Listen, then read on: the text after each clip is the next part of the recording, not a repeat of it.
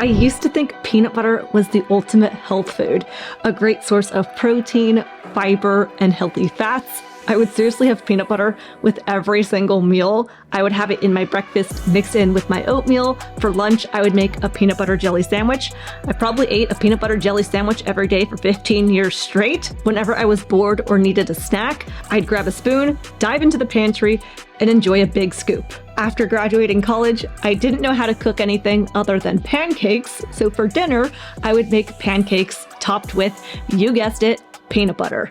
And for dessert, you could find peanut butter in either my cookies or ice cream. There was definitely a point in my life where there was more peanut butter running through my veins than blood.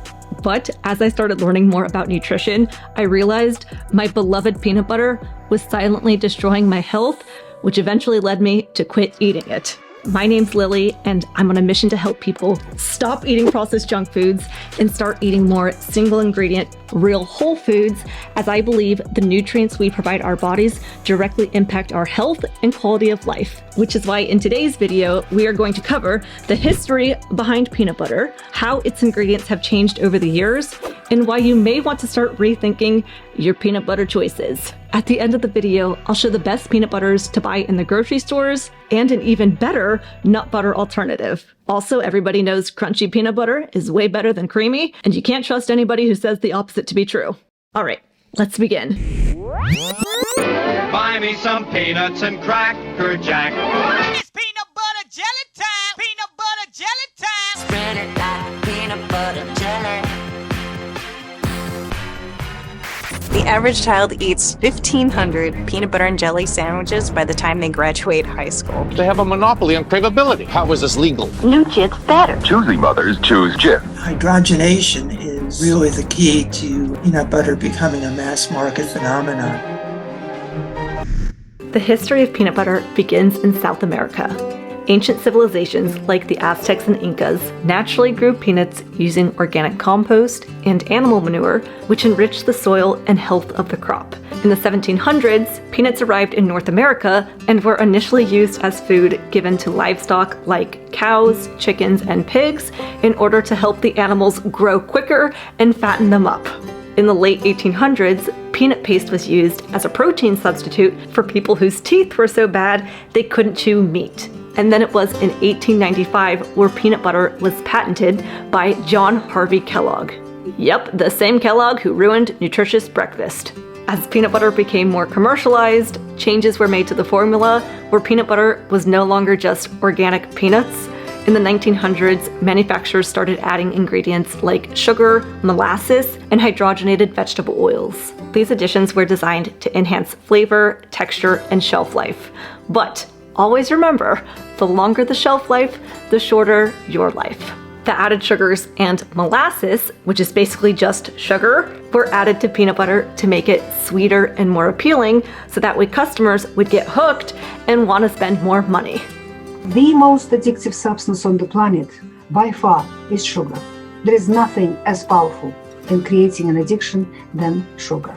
Far more addictive than illicit drugs, cocaine, or anything else. People also find that surprising because everybody's eating these things, so everybody's addicted. And the hydrogenated vegetable oils like rapeseed, cottonseed, and soybean oil were added to peanut butter to make it more smooth and to prevent separation. However, convenience comes at a cost to our health. The problem with these hydrogenated vegetable seed oils is, well, vegetable oils, all of them, that you buy in the shops and you cook all your food with, and all your processed foods are full of them, full of these vegetable oils. They are poisonous. There is no other word for it. They are poisonous for human body. They're not just associated with, they cause dementia, they cause infertility, they cause malformations in babies, they cause arthritis, they cause autoimmune illness, they cause mental illness, they cause heart problems, they cause allergies, asthma, eczema, they cause all of this. Because they overload your body with fats which are inappropriate for its structure and physiology. So one of the reasons why peanut butter was destroying my health was because nowadays it has nasty ingredients in it, though also most peanuts nowadays are sprayed with a bunch of toxic chemicals like pesticides and herbicides, which can cause gut, neurological, and hormonal issues, so definitely opt for organic whenever possible. Though my biggest problem with peanuts is related to aflatoxins and mold. Nowadays, peanuts are highly susceptible to fungal contamination, and through my research, many peanuts nowadays may be moldy. And it's never a good thing to be putting mold in the body. Yes, people in the past used to have peanuts. The Aztecs and Incas had peanuts, though ancient agricultural practices involved planting and harvesting crops without modern chemical treatments or extensive pest control measures. Peanuts in the past were consumed seasonally, reducing long-term storage issues and the development of mold. They had proper drying and storage methods that minimized the risk of fungal growth. But nowadays, we don't have the time to be doing these longer, more traditional methods of harvesting. We want things fast, convenient, and affordable. And when we cut corners like this, it leads us to where we are today, where we're seeing rising rates of obesity, diabetes, gut problems, mental health issues, and so many other health conditions that we now have running rampant throughout our world. We need to have higher standards. We can't keep giving these big corporations our money and then have them take our money to develop more products that are making us less healthy. Junky products are literally destroying humanity, and it sounds extreme when I say it, but hey, look around the world. It makes me so sad because, a lot of people, they don't have control over these things. They just buy the thing at the grocery store because it looks convenient, easy, and pretty, and affordable.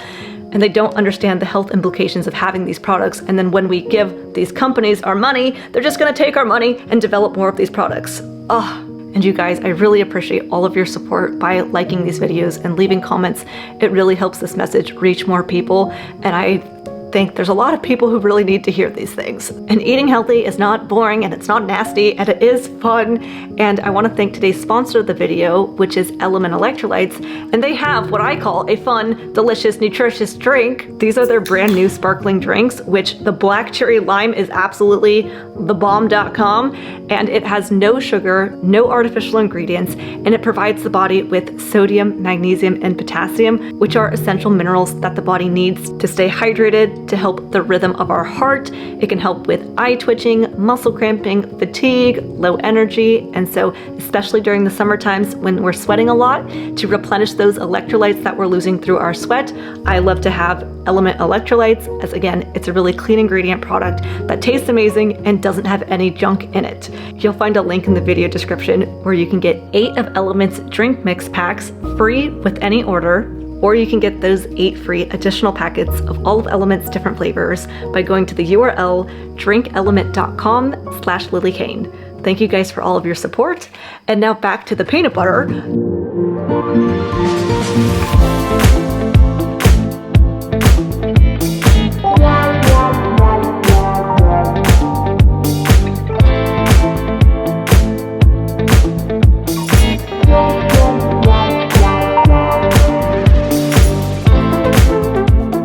The best peanut butters to buy in the grocery stores are those with just one ingredient listed on the label, peanuts.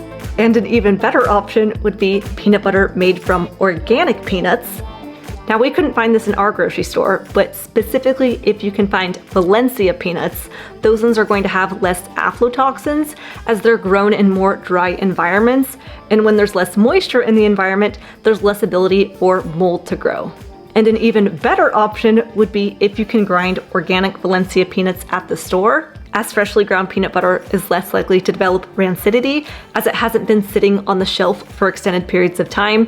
It also retains more of its natural nutrients as it hasn't undergone the same processing. Extra bonus if you can get peanut butter in a glass jar to avoid any microplastics.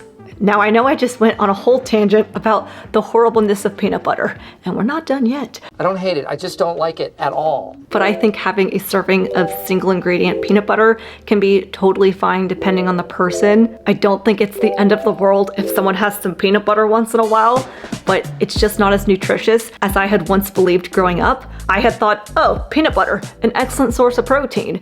And sure, it has protein in it, but it's not considered a complete protein as it's missing some of the essential amino acids that the body needs. Complete proteins are going to be coming from animal foods, so things like meat, fish, eggs, and dairy. And any plant proteins are going to be what's considered incomplete proteins, as again, they may be missing one or more of the essential amino acids that the the body needs and cannot make. Peanuts are also technically not a nut. They're part of the legume family, and they have higher amounts of phytic acid, which for a lot of people, this can cause gas, bloating, abdominal pain, even hives. And so if you particularly have peanut butter or peanuts and you don't have any issues with them, if you have peanut butter, you're like, I feel great, then awesome, I wouldn't change a thing. Oftentimes I think the quantity matters most, and so some people might find they can have a little bit of peanuts, but then once they have a lot, then that's where they start noticing more negative reactions. I find the better nut options are going to be macadamia nuts, walnuts, and pistachios, as they just have lower levels of phytic acid, aflatoxins, and mold.